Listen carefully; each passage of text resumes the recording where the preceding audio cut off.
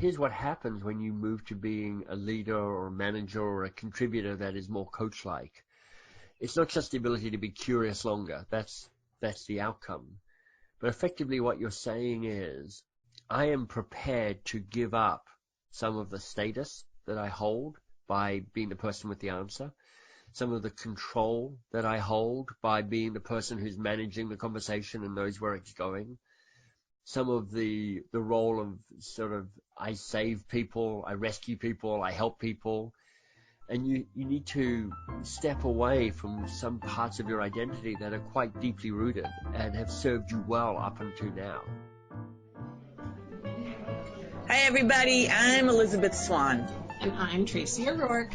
We are from GoingSixSigma.com, and you're listening to the Just in Time Cafe podcast, where we wrestle with tough questions, we talk to thought leaders, we discuss great books with authors, and we get great insights from Lean Six Sigma practitioners. And we bring you the news and challenge the status quo so you can build your problem-solving muscles. So, Elizabeth, this is our goodbye episode. Yes, Tracy, sadly, this is our last menu, but the cafe is eternally open on iTunes and on our website. You can always come back for a visit, but here's what we've got lined up for you guys for the send-off. We've interviewed the infamous Michael Bundé-Stanier, the king of wit and clarity, about his upcoming book, The Advice Trap. We get a sneak peek into this follow-up to the bestseller, The Coaching Habit. So stay tuned for that podcast magic. For Survey Says, we discover where our listeners focused their 5S efforts. Was it their desk? The dreaded shared drive? We'll find out. For Q&A, we'll answer a learner's question about what to do if you're coaching someone and you know you can stop them from making a mistake. Should you do it? And for the printed page, we'll reveal a few nuggets from Katie Anderson's upcoming book, a collaboration with Isao Yoshino. I got to read a copy of Katie's manuscript before she is about to pull the big print lever.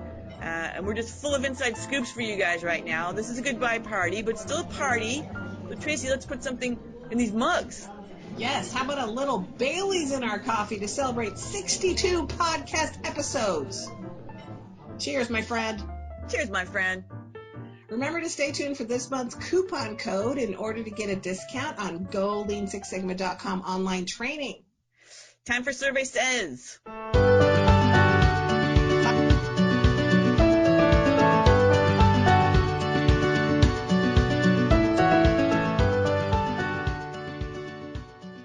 Is one of those foundational tools, but we don't know where people are applying it most, and I'm curious. Me too. I know what we see, with our clients, but our listeners are from all over the world, and we want to know what they're up to. So for those of you unfamiliar with 5S, it's a 5-step organizational technique to create and maintain an intuitive workspace. And the 5 steps are sort, remove unnecessary items from the workplace, set in order, arrange items so they are easily accessible, shine, clean the work area so it's neat and tidy, standardize, set standards for a consistently organized workplace, and sustain, maintain, and review the standards. It's often the first step for people in a process improvement effort, and it results in visual management, updates to standard work, tons of productivity gains. So here's what we found out from our listeners.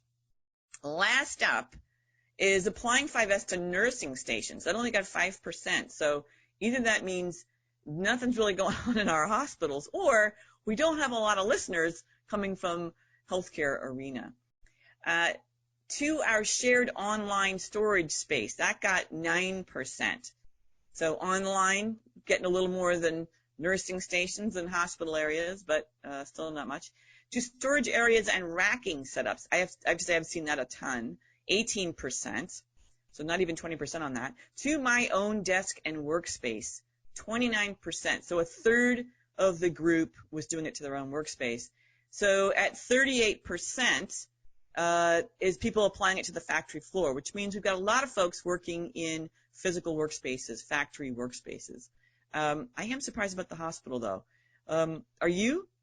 Yeah, I am, and I really do want to believe that it may be just we have less hospital folks that were taking this particular survey, because I'm actually working with a health group right now, and 5S is everywhere in those hospitals.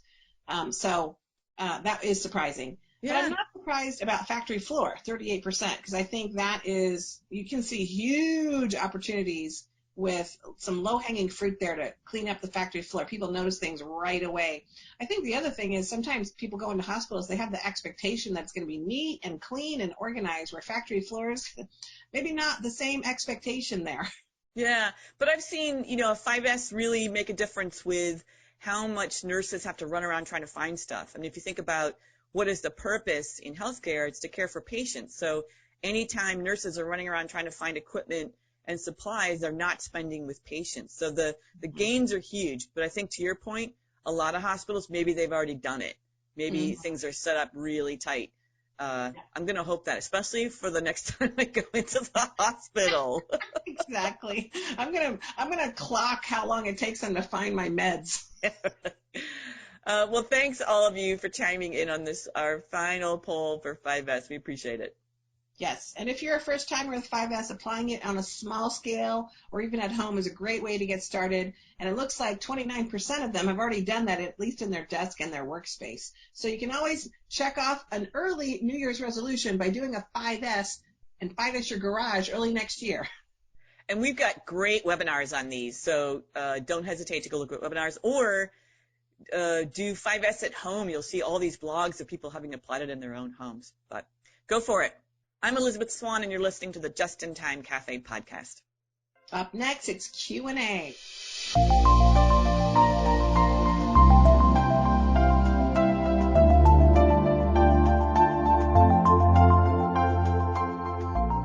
Okay, Tracy, you see a learner about to fail.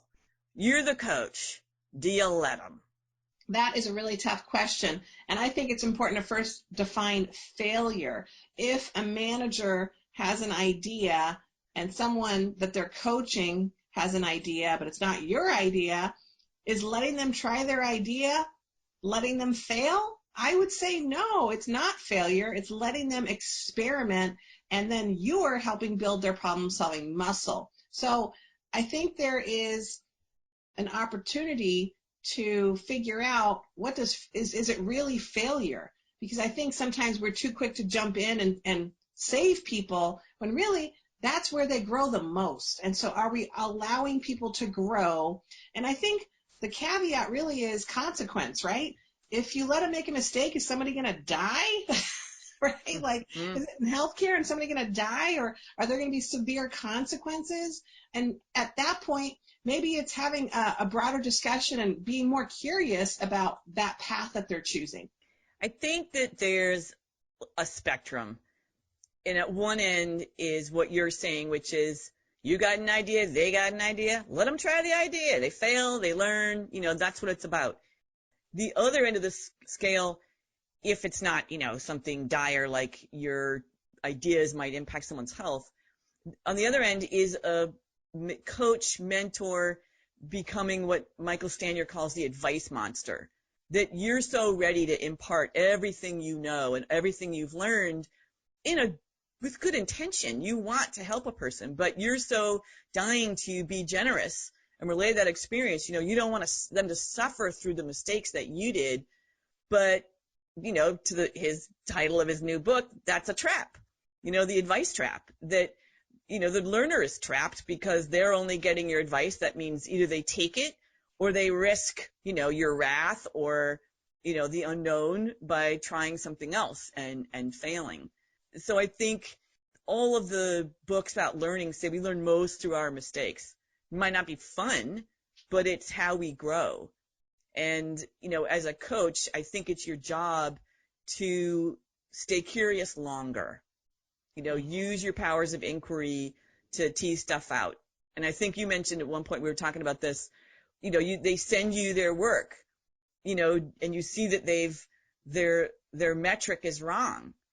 Do you tell them their metric is wrong? Yeah, it's wrong. You gotta fix that. And maybe you say, what you should do, you should measure X.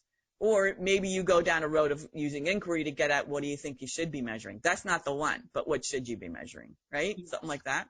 Yes, and I have to say, I was actually at UCSD Health yesterday, and we were talking about coaches, and I was talking with a bunch of leaders, and they all had a leadership experiment. That was their homework. They had to try a different technique or approach to coaching someone, and they were supposed to report back on how that went.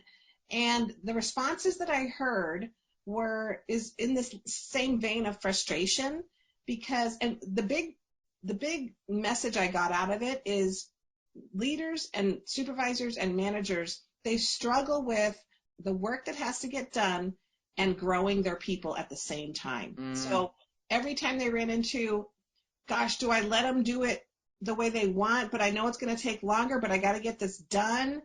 And so that's a really interesting place. That it's a challenge, right? So how do we get the work done we need done in a timely manner? Because people are overloaded often.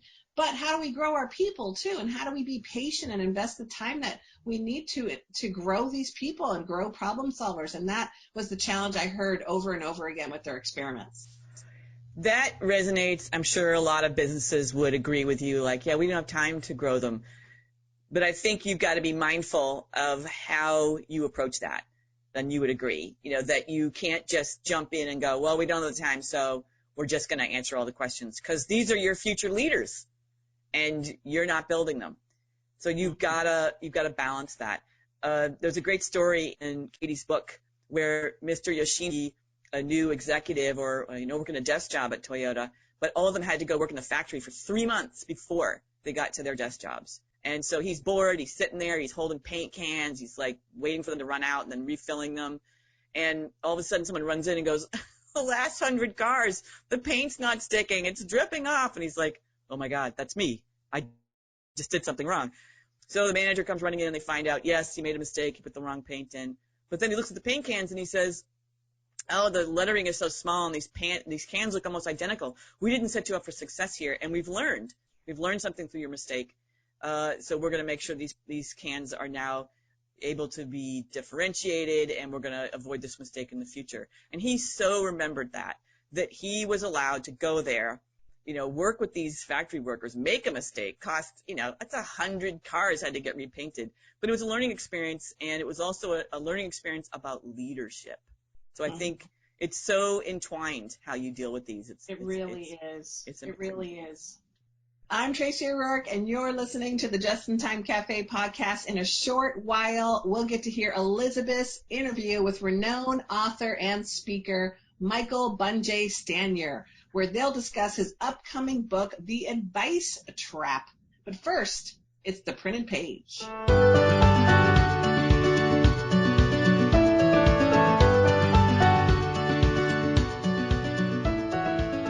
So we get the inside scoop on 2 upcoming books, Michael Stanier's, but also Katie Anderson's, huh? True. We'll get to hear what Michael Stanier has to say about the advice trap during our interview, but I recently got a sneak peek at Katie's new book. And for those of you who have been following Tracy's and my flight patterns this year, you'll know that we joined Katie's study trip to Japan this past May. Katie invited former Toyota leader Isao Yoshino to join us on the tour. And he sat with us on the bus, he went on the tours with us, and he shared stories, from when he was inside the Toyota production system. And Katie and Mr. Yoshino have spent the last year collaborating on a book chock full of his career experiences and his stories. And the working title is Hansai Practice. I don't know if that's going to end up being the title, but it's an instructive title already. Hansai means reflection in Japanese. And as Katie and Mr. Yoshino asked him about his triumphs and his failures, they reflected on the impact and the takeaways of each of his stories. And she described the process of interviewing him for the book as a personal learning journey.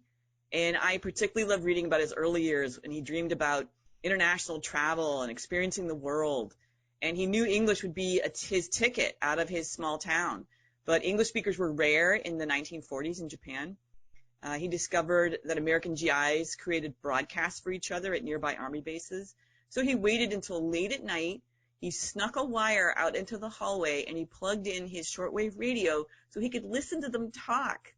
And he loved hearing the DJs patter and they played rockabilly, and he just got this other world. So stories like that provide insight into his young mind, how he formed his dreams of getting to the States, of living abroad. But they also caused me, and I think they'll cause others, to reflect on the moments and the dreams that drive us. As I mentioned, Hansai means reflection. And the book is about the practice of reflection. And that's often a missing ingredient for a lot of us. We move really quickly from task to task, and good or bad, we just keep moving because we're too busy to stop. We got a list of to-dos. And if you make reflection a practice and you take the time to reflect and to consider what you set out to do and what happened and what you learned, that's invaluable. And he was just a wonderful traveling companion, wasn't he? He really was. Mr. Yoshino is a joy to be around. He's full of wisdom. It's clear he likes people, especially students looking to expand their horizons. And we're all students. Do we ever not become students on this journey of continuous improvement? I always feel like I'm going to be a lifelong learner. And, I think he really enjoys being around people that have that state. Overall, the trip was really fantastic. Katie is an excellent, very organized and fun host. And she also wanted us to relay that a few slots have reopened for her Japan study trip next May, and there's still room in the October trip, both of these for 2020. We've just described our experience of the trip, but one great aspect was being able to sit and talk to Mr. Yoshino. He was generous with his time.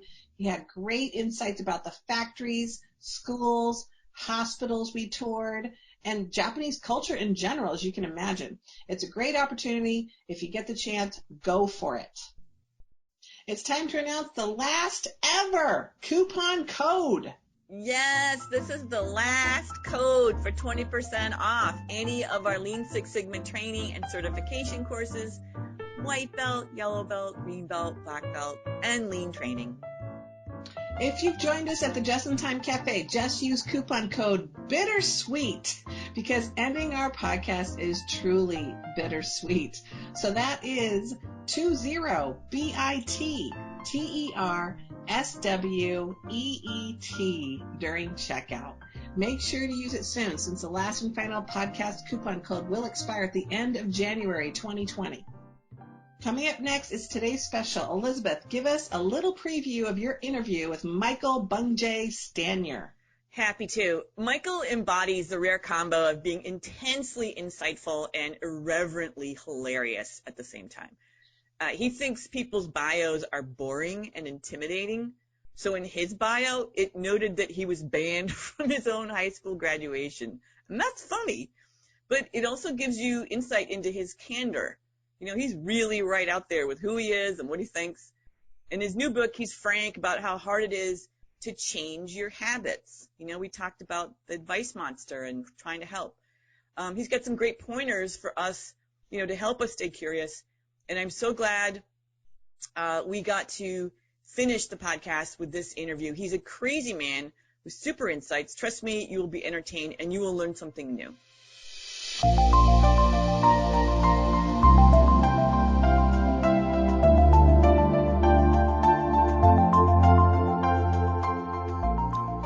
Join me in welcoming today's guest, Michael Bungjae Stanier. Welcome, Michael. Nice to be here. Thanks for having me, Elizabeth.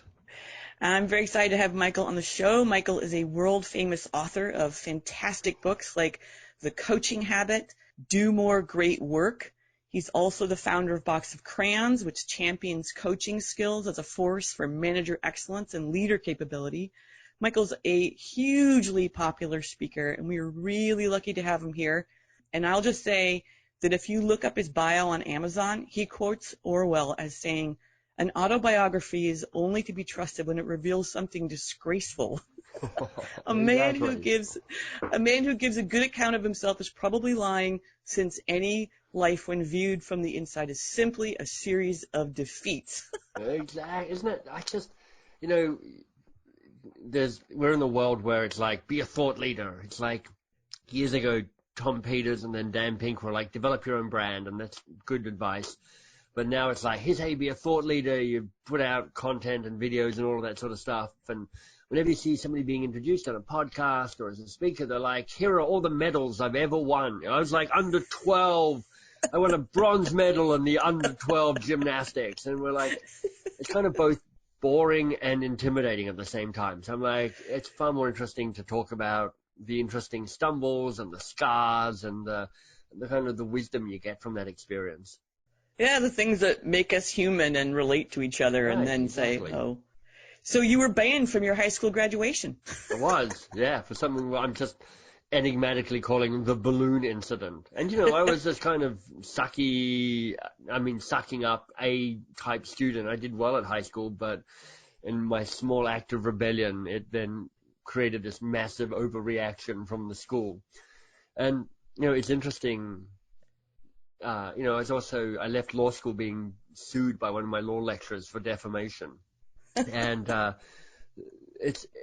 me, it kind of informs some of the work I do, which is there's a way that systems react against small acts of rebellion in a kind of overbearing way. And I've certainly, let's acknowledge it from a privileged position of being, a middle-class, white, straight guy, but have had those kind of little reactions. And I'm like, how do I help people find a path so that they get to be themselves, that they get not to just entirely kowtow to the whatever the dominant system is. But we've gone very deep very fast. I'm like, come on, people, unite and overthrow capitalism. But it's all right. Here. Yeah. We're gonna start a movement as soon as we get to the end of this episode.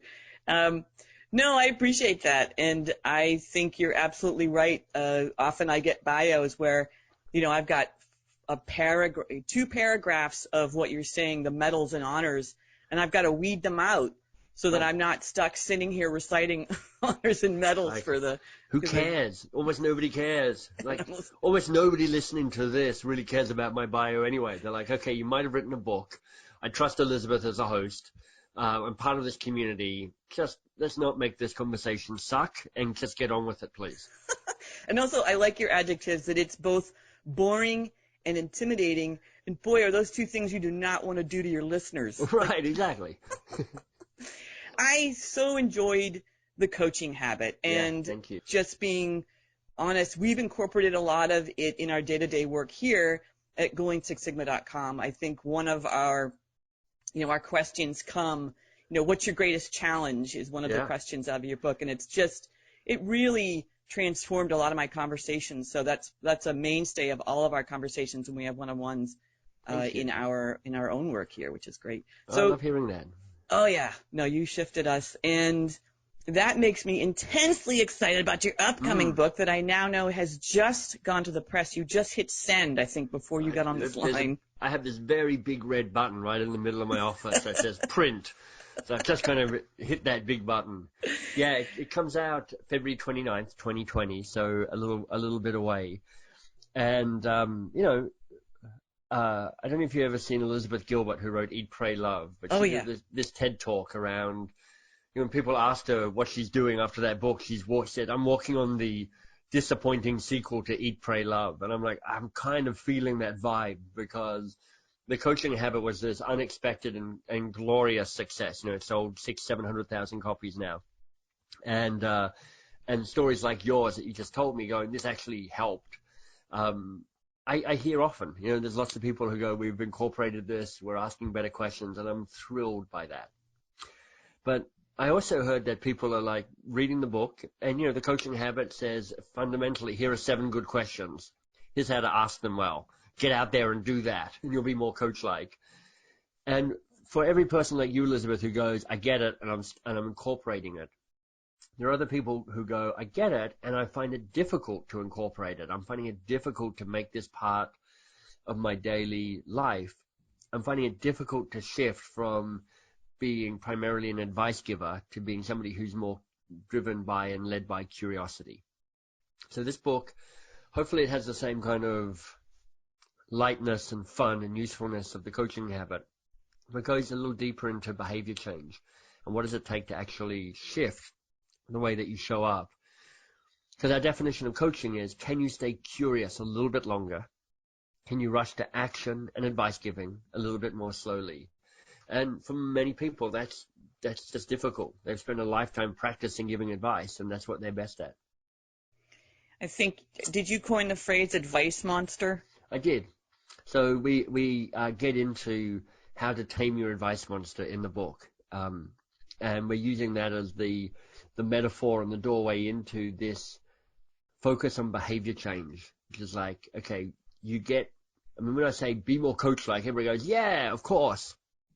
But when you actually go, here's how you do that, you try and tame your advice monster, people go, oh, okay, all right, I'm rolling up my sleeves here, because this isn't just I'm going to agree enthusiastically with the theory. It's like, here's the practice. You got to learn how to slow down that rush to give advice and move to action. So this book came out of the struggles that people had trying to apply the advice in the coaching habit. Broadly speaking, I mean, my company, Box of Crayons, is a training company, and we train managers and leaders in big organizations around the world. And, there's a bell curve. We see a percentage of people who, when they learn what we teach them, they're like, this is amazing. It's changed my life. It's changed my leadership. And we're like, we love you. That's fantastic. And then there's a bunch of people down the bottom end of the bell curve who go, you suck. We hate you. I don't get coaching. I'm just just leave me alone. And we're like, I can't do much about that, because you've already decided that this isn't a thing for you. And that's not fine exactly, but it is what it is. And then there's a bunch of people in the middle who go, look, I'm up for coaching. I see the benefit. I see how this will help me have a better life and help my team, both individually and collectively, be more focused and more creative and more self-sufficient and more autonomous. But I'm just finding it hard to shift habits. I mean, behavior change is hard. And that's what this book is about. It's like doubling down on what does it take for you to change your behavior so you can be more coach-like. Yeah. Yeah, it's hard. We're sort of raised to, know what you're doing and, let other people know that you know what you're doing. And, exactly. And also, to your point, it's all done in good faith. I want to be helpful to you. I'm going to tell you everything I know because it will help you. Yeah, that's exactly right. I mean, most of this comes from good intentions. Good intentions and a lifetime of being trained to go, the way you add value to anybody is you tell people what to do. So writing a book, especially as you describe, following up something that was this runaway, unexpected hit, is difficult. It's a long process. It's a lonely process sometimes. I'm sure you had folks you pulled into it. You've done a great job, or you did a great job in the past of, pulling on what you learned from others. Yeah. You were generous in talking about Charles Duhigg and the power of habit, and how you pulled some of his teachings in. Did you do that again? Did you pull in kind of what you learned from others? No, I've shifted my modus operandi now. Now I'm just taking credit for everything myself, even though I've mostly just copied it from other people. I'm like, I don't care. I'm just going for the spotlight here. I always know that I stand on shoulders of giants, as the saying goes. Or as a different way of putting it, and a metaphor I like more just because I drink more heavily, is often the stuff that I offer up is old wine in new bottles. I'm good at translating and collating and transforming other people's thinking to make it more accessible and more useful. And I'll tell you, one of the people, or a couple of people whose work has been influential on this has been Lisa Leahy and Bob. I forgot what Bob's surname is. It'll come to me in a second. Okay. They wrote a book called Immunity to Change, and run a training process called Immunity to Change.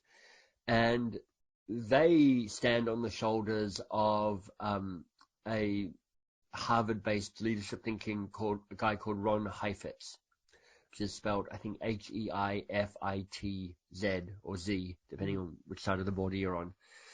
And Ron Heifetz sets out a insightful understanding about change. And the understanding goes something like this. He calls it adaptive change and technical change and adaptive change. I've called it easy change and hard change in the book. Technical change is what lots of us face every day and conquer relatively easily. And it's like, I need to learn something new. And it's, you like get a new piece of, let's say, technology, and you like fiddle around with it, and you watch a YouTube video or two and read a book if you're old fashioned, and you start off not being very good at it, and then you get the hang of it and you get better at it. At a certain point you go, oh, I'm good enough, and you stop, or you keep going until you get that level of mastery that you want. And it's that process of adding something to your current way of working. It's like if you like downloading an app. I'm like, here's a new skill, here's a new app, I'm just going to download that on my phone. Adaptive change is more like when you realize, I don't need an app, I need a new operating system. You need to kind of rewire yourself. And adaptive change is difficult because in a way, what you need to do is you need to start saying no to the person you are today, so you can say yes to the person you see as the future you, that future version of who you are at your very best. And that's tricky, but this is a key insight as to why, for example, New Year's resolutions kind of suck. Because who hasn't made a New Year's resolution and gone, all right, this year for sure, no, this time really for sure, I am going to write the book and call my mother and give up smoking and take up running, or give up running and take up smoking, or whatever it is for you. But it's it's a commitment to go, I'm trying to build a better version of myself. I see a future me, and it's a better me. And then come January 21st, which is traditionally the most depressing day of the year, which is when you realize that your New Year's resolutions are dust and your credit card bill comes in from the holidays. And you're like, why is it so hard? Or, you keep buying the books to explain how this works. I mean, for instance, there's lots of people who go, I'm trying to write a book.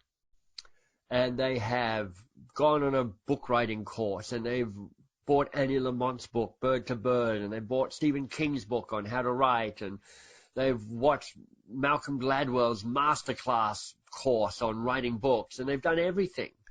And they've written 0.00% of their book. And it's like, what's going on? Is it a lack of knowledge on how to write a book? The answer is no. You kind of know how to write a book. You sit down and you start writing. Is it something else? And I'm like, yes. It's something else. It's adaptive change. And no one task is inherently a technical change or an adaptive challenge. Writing a book is hard for me. It's hard for everybody because you write sorted versions and draft versions of it, but it's a technical challenge. It's like get smarter, learn about it, do the work, get over it. For lots of people, it's an adaptive challenge.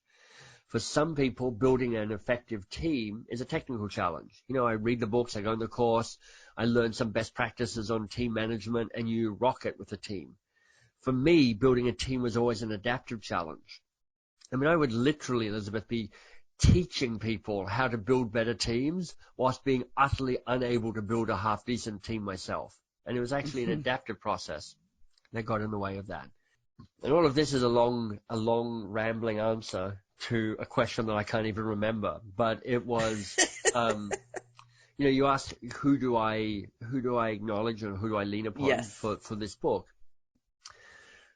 This insight from Heifetz around technical change and adaptive change, and from Bob somebody or other and Lisa Leahy, who wrote Immunity to Change. Coaching, which is the thing that I focus on, helping people be more coach-like. For some of us, it is a technical challenge. It sounded like it was for you. You're like, Elizabeth, let me tell you about this question. It's called, what's the real challenge here for you? And you went, oh, I get it. And I'm going to wait and I'm going to start practicing it, and things shifted. For lots of people, though, coaching is an adaptive challenge. It's like, oh, this actually requires a more significant shift in my sense of self, my sense of how I work and who I am in this world and how I am known in this world. And that's what this book is about. It's like tackling some of that, taking that insight and going, so let me find a way to have you go through the process of hard change so that you can become more coach-like. That's great. That's and some of that resonates in terms of, I think your ability, maybe I'm wrong, maybe it's just personal feeling, that your ability to make those adaptive changes, maybe some of it comes with age. You know, that you're striving at a certain point to, you know, be the person with the paragraph of right accolades and medals. Yeah, and then at maybe. a certain point you realize maybe the point is that I help other people to be Right. that, Yeah. get the accolades and get the medals, and that I've done a lot. Maybe I should start figuring out how to help other people do a lot. Yeah, I mean, it certainly age can help because, as you know, if adaptive challenge or hard change is about going, how do I create future me now? With a period of time, you eventually become future you, and you're a little bit closer or a little bit older anyway. But you know, this applies to all the hard things in life. So, I want to lose some weight. Who hasn't asked that? Only really annoying people. And so for some of us, we go, I need to lose 5 pounds or 3 kilos, depending on where you are in the world. And I want to, and I know how to do it. I'm just going to eat less of this. I'm going to eat more salad. I'm going to exercise a bit more. And over 3 to 5 weeks, I'm going to lose the weight that I had planned. And you're like, fantastic. Others of us like, there's more to it than just, I know how to lose weight. We all do. We know the theory of it. The practice proves to be hard. And that's where adaptive change can come into play, because at the heart of mastering hard change, you have to understand the commitments you currently hold that keep you safe, that keep you feeling good about yourself. And I know that sounds a bit abstract, so let me make it real about the coaching piece. Here's what happens when you move to being a leader or a manager or a contributor that is more coach-like. It's not just the ability to be curious longer. That's the outcome.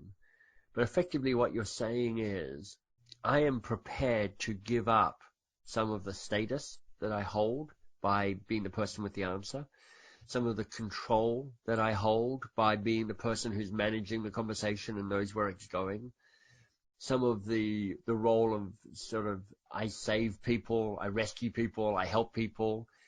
And you need to step away from some parts of your identity that are quite deeply rooted and have served you well up until now. And that's kind of the stuff that we're kind of wrestling with. You know, take it to a losing weight. You're like, part of the reason and this is a hypothetical, but part of the reason some people lose weight is like, it's not that I don't know how to lose weight, but I am committed to, this is your competing commitment, to always feeling comfortable. So I will always eat because that makes me feel comfortable. Or I'm committed to loving my mother, which means that I will always eat all the food my mother gives me, and she told me to eat all the food on my plate, so I will always eat everything I have. So there's a way that you've got these kind of deeper commitments that you're somewhat conscious of, but maybe not fully conscious of. And that's what this book is about for coaching, which is to say, let's tap into some of the commitments you've made about how you show up now as a leader, as a manager, as a contributor, and let's start seeing what's good about them, but what's limiting about them. Let's see if you want to make the choice to say that commitment is more limiting than it is rewarding. And if you agree with that, let's figure out how to start dismantling some of those old commitments so that this new commitment of the future you to be more coach-like has a better chance of flourishing. Listening to you, I think another piece of that is there's probably a sense of loss. Like, yeah. If you're the life of the party and you're now going to take a step back and let someone else be the life of the party, there's a loss. You know, yeah. That was fun, being the life of the party and seeing all those smiling faces looking up at you. So you're not going to be the life of the party in this conversation, in this relationship. And and there's loss there. So navigating that and seeing what you're talking about, which is, but it gets replaced with something else that's potentially even more gratifying and obviously helps to build something else, not just you. Yeah. This is absolutely right. My friend Mark Bowden, and if people don't know Mark, he's written a number of good books around body language and influence and persuasion. And he has a great TEDx talk, TEDx Toronto, about body language. His company's called Truth Plane, Plane. And he taught me this phrase, and I talk about it in the book, which is every choice you make has prizes and punishments. So part of what helps you make a better decision is for you to say in the moment, what is the prize and the punishment, prizes and punishments wrapped into this choice. And when you choose to show up as somebody who saves people, controls things, rescues people by giving them the answer and the solution and the advice and the opinion all the time, prizes and punishments to that. When you look to shift your behavior to be more coach-like, to stay curious a little bit longer, prizes and punishments to that. And my argument, and of course I'm biased because, I built my career on this, is to say, for the most part, the prize of staying curious longer will outweigh the benefits of giving the advice. I think that is a great and necessary conversation because there's a lot about humble leadership. About, basically the premise of your last book, why you should say less and ask more. But there isn't an acknowledgement of this underlying loss. What are the punishments? What are the prizes? And what's the path to realizing the upside, which sounds like what you dove headlong into. Yeah, I talk about the way that being more coach-like actually opens up a form of leadership that is based on humility, so being humble, being more grounded, a sense of mindfulness, so being more aware of how you show up in the world and the impact you have, and a sense of empathy, being more connected to the other person that you're talking to and you're leading. So the one thing I enjoyed also is your book was full of links, like what if I want to know more about that, or link to you have great videos online where you do little deep dives on concepts that are fun and but really impactful. Did you have those in this one? Similar but slightly different. So there's a few pieces, but I've gone deeper, less often but deeper in the links that we're offering. So there's an opportunity to see me work through this hard change, easy change process. So people get to see that kind of recorded and live. And then one of the cool things I am really excited about offering is there's access to a course called The Year of Living Brilliantly. And it's 52 weeks, 52 diverse, interesting leaders. So we've got, more women than men, and we've got a bunch of people of color as part of that as well. So it's a really an interesting range of distinct perspectives. And they're all sharing a short video of here's a top leadership tool or model or insight that they can use. And it's just it's free, and it's just a general, it's a gift, I think, to say, look, here's a way that over a year you can find a teacher and be provoked and find a way of shifting the way that you show up in the world. That's fantastic. I am really looking forward to The Year of Living Brilliantly. What a fabulous name. Oh, thank you. Yeah, we're right in the heart. We're right in the middle of trying to produce it at the moment. So Ainsley, who's part of the team here, is sweating bullets to get it all done and get it all sorted. But there's some really good people as part of this. I'm very excited about it. No, and you should be. So is there anything that I didn't ask you that you would love to tell our listeners? What else would I tell? This is a shameless piece of self-promotion, but I've started trying to show up a bit more on social media, and I'm playing around with Instagram. It's early days for me, but Tame Your Advice Monster is the Instagram handle, Tame Your Advice Monster. And we're planning some cool kind of social media, pictures and themes and stuff around Taming Your Advice Monster as part of that. So, if people want to hook up there, that's great.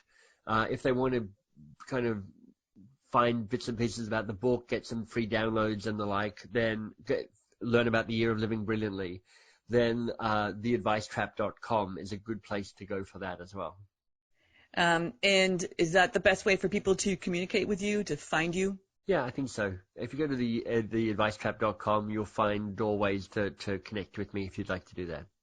And so the new book is coming out in February, and it's February The Advice 29th. Trap. Yeah, February 29th. So exactly 4 years after the Coaching Habit came out, on what is technically the Coaching Habit's first birthday because of the whole leap year thing. Lovely. Yeah. Well, thank you so much. You've been listening to the Just in Time Cafe podcast. My guest today has been Michael Bungay-Stanier, CEO of Box of Crayons, author of his upcoming book, The Advice Trap. What a pleasure to talk to you, and thank you so much for visiting us, Michael. Don't miss Tracy's next webinar, How to Deploy Lean Six Sigma in Your Organization. Tracy gives wonderful nuts and bolts info, so be sure to sign up. Also, you've got a chance to get a great deal. So you can register for an enhanced version of our Greenbelt course, which is Greenbelt training and certification with project completion. So we'll provide a link on our site with this episode. You'll get email support from our Master Black Belts to help you with selecting the right project. And it's all $12.99, and I'm at $1,299. And it includes Greenbelt course access and email project support. So if you need even more support, like multiple live web meetings, you can register for one-on-one project coaching where you get 6 one-hour web meetings with a Master Black Belt to guide you through each phase of your project. And that's $14.99 for the web meeting series. We'll leave a link for the web meeting series too, so it's great to have a guide when you're learning, and that's a nice option. Isn't it, Tracy? Yes, it is. We launched this podcast back in February of 2016. When we started, we didn't have a clue how to create a podcast. But, as Tracy says, we are lifelong learners, and we figured it out. And 4 years and 62 episodes later, we have crafted a kick-ass show, if I say so myself. We've had a ball doing our research. It's been a gas meeting new people, and doing what my friend Tex calls cussing and discussing. It's true. We are pivoting our efforts, and I'm super excited to dedicate more of my energy to transforming our learners' experiences. But I will not lie. I will miss talking to you listeners, and I'll miss hashing it out with you, Tracy. I'm going to miss this too. Goodbyes are always hard, and I'd love to think that we are going out on top like Seinfeld with over 3,000 downloads a month. But I'm going to be humble and say maybe we're not as popular as Seinfeld. And I will miss our coffee talks, Elizabeth. But we will be growing the Lean Six Sigma community in other ways for 2020. We are on a journey ourselves, as we've been talking about in this episode. People are using our training in over 220 countries and territories, and we are redirecting our efforts to fulfill our vision and our purpose, staying focused on growing this community and what is our biggest impact to help make it easy for everyone everywhere to build their problem-solving muscles. So thank you to all of our listeners for coming to the Just in Time Cafe. We hope we cross paths again sometime in the future in other ways, as we all progress along this lifelong journey we call continuous improvement.